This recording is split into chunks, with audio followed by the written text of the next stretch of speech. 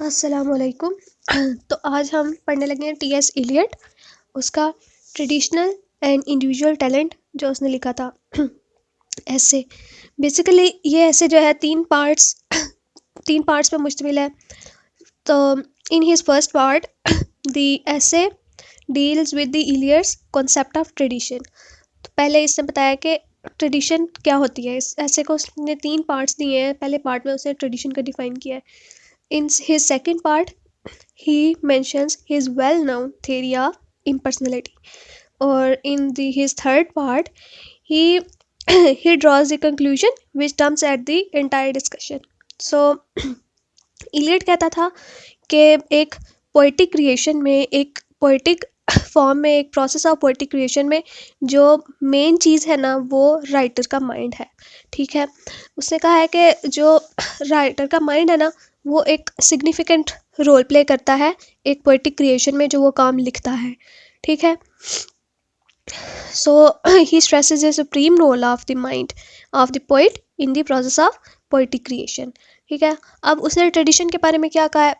Tradition को कहते हैं कि it is not a slavish imitation of the past. Tradition can not be inherited, it can only be obtain by hard labour. ठीक है, ये फजूल में किसी के पास नहीं आ जाती, कोई इनहेरिट नहीं कर लेता इसको। ठीक है, इसके लिए बहुत ज़्यादा काम करना पड़ता है, बहुत ज़्यादा देखना पड़ता है।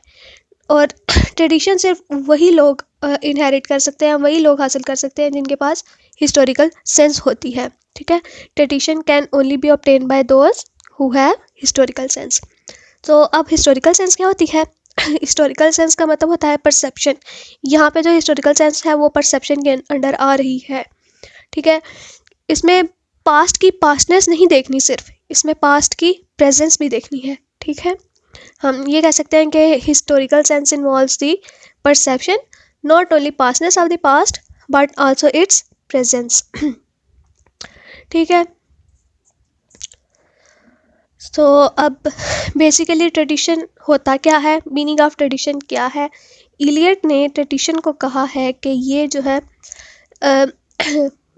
By tradition Eliot means that literary it is more than for him it is more than a literary tradition। ठीक है, उसने कहा है कि ये जो है poets of the past as a whole है। ट्रेडिशन को उसने ये कहा है, by the tradition Eliot means the poets of the past as a whole. ठीक है, लेकिन इसने इसको यहाँ पे वाइडर सेंस में यूज़ किया, यानी इसने कहा है कि ये जो है ये लिटरेरी ट्रेडिशन है, लिटरेरी ट्रेडिशन से ज़्यादा है।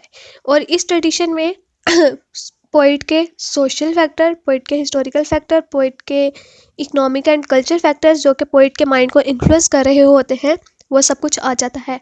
यानी एक दौर में अगर पोइट ने काम लिखा है तो उस वक़्त के हिस्टोरिकल फैक्टर्स, उस वक़्त कौन सा सोशल फिनोमेना चल रहा था, उस वक़्त इकोनॉमिक कंडीशन क्या थी, उस वक़्त कैसा कल्चर अडॉप्ट किया जाता था, वो सब देखा जाता है।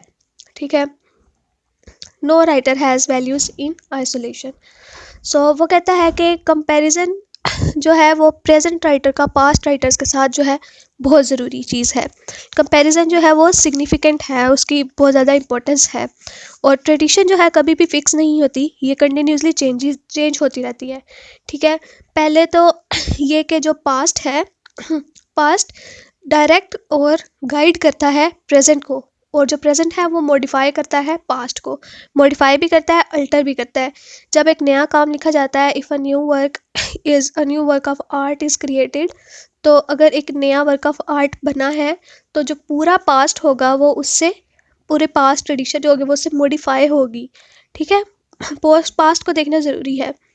और कहता है कि एक ग्रेट पोइट वही होता है जो कि अपना एक काम के साथ अगर वो पास्ट को देख रहा है तो पास्ट को डायरेक्ट कॉपी पेस्ट नहीं करे, जो उसके साथ साथ पास्ट को फॉलो भी करे, और उसमें ओरिजिनलिटी भी उसके काम में होनी चाहिए, उसके काम में इंडिविजुअलिटी भी होनी चाहिए, जो कि उसको दूसरे पोइट्स से डिफरेंट बनाता है।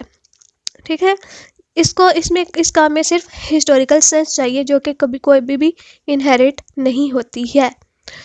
और जैसे कि पोइट का कंपैरिजन जो है वो ज़रूरी होता है, ये सिर्फ इसलिए कि हम जो है समझ सकें उसके पीछे से क्या था, और fusion of past and present को हम समझ सकें।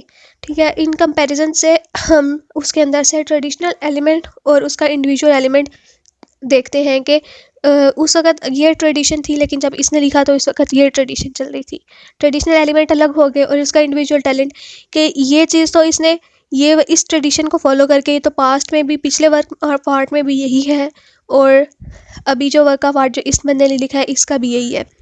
तो लेकिन इसमें चेंजेस कहाँ पे आई हैं, वो जो चेंजेस होंगी वो इंडिविजुअल टैलेंट होगा। एक ट्रेडिशनल टैलेंट होगा और एक इंडिविजुअल टैलेंट होगा।